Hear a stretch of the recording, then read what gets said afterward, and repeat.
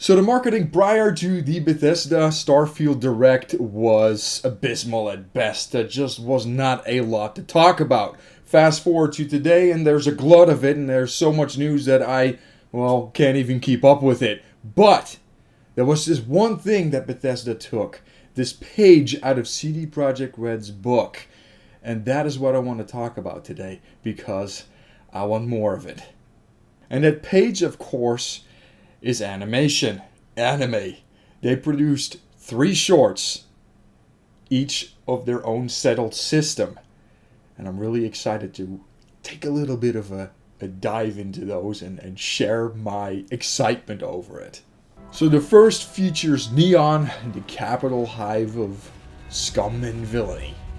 Features a couple pickpocketing in the streets, sell what they stole later, and purchase a firearm, which we all know are core game mechanics. It also features a prominent card showing the Ryujin Industry logo. The female seems very preoccupied with Ryujin Industries, the corporation headquartered there. Things end up going south between the two when the guy wants to rob what looks like an executive, and she clearly doesn't because she recognized the logo. She ultimately saves the guy, which was her path into the corporation.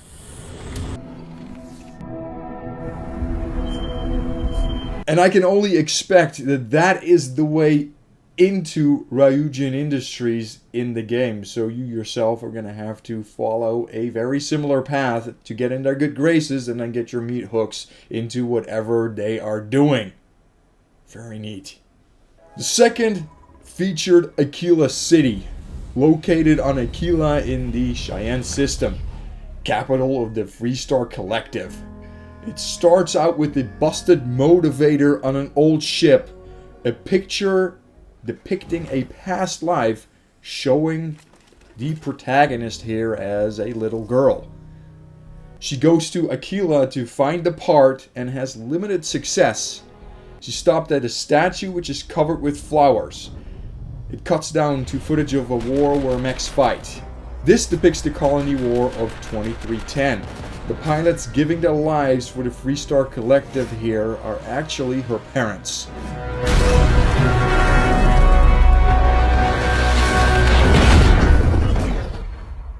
The year now is 2330, which puts her in her 20s age-wise.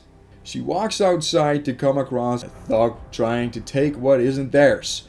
She gives the dude a knuckle sandwich and is rewarded with credits, but upon noticing an old ship under a tarp, she ends up stripping the motivator and taking that as payment. The old man clearly happy that he could help her out in a more meaningful way. She installs the part, ship starts up, and she roars off.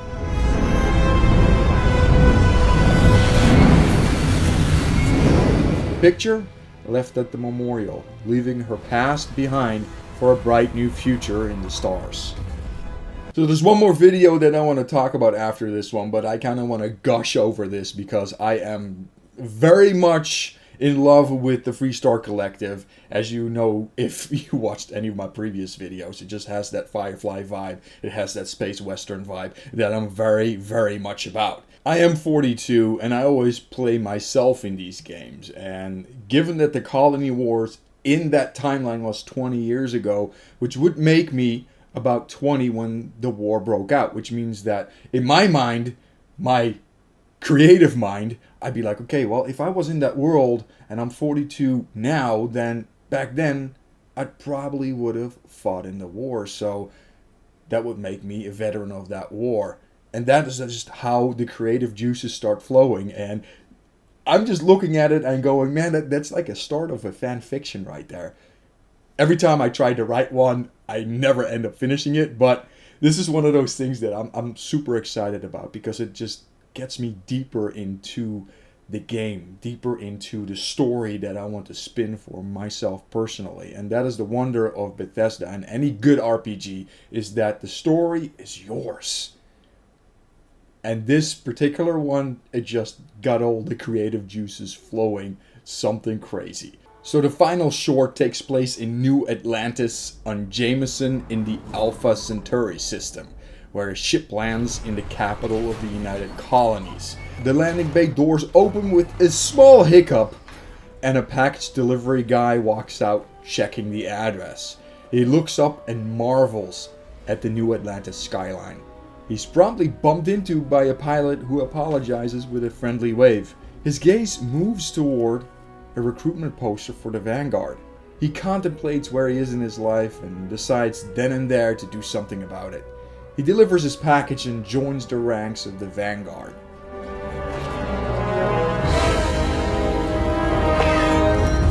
He flies into the stars, finding derelict ships, docking with other ships or destroying them, giving him financial freedom to settle down in the capital. But space clearly still calls him. He soon finds himself back in the cockpit, reaching for the stars.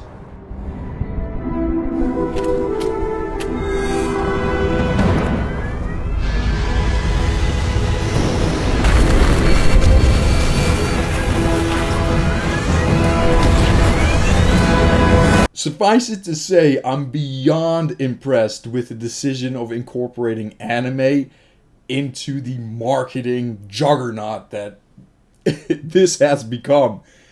It is very neat to see. It gets my creative juices flowing, and I want to see more. I really hope that we're going to have Amazon or Netflix get together with Bethesda and create an anime of StarField. Because there's plenty of stories to tell in that verse, 100%. And I think it would be very successful because there's just not many good space anime out there currently. Like, the best ones that I can remember are years ago, like Cowboy Bebop and stuff like that, which also kind of ties into that whole bounty hunter thing. Just saying, you know, I'm just getting super excited about this stuff. So, my question to you is, what did you think of this anime? These 3 shorts? Would you want to see more? Let me know in the comment section below. As always, if you enjoyed this content, please hit that subscribe button. Would help me out, still trying to get to that 1,000 goal, even though I don't produce many videos. I enjoy this, and that is a cool little thing to achieve, I think. And as always, hashtag game for the sake of gaming, and I'll see you guys on the flip side. Take care.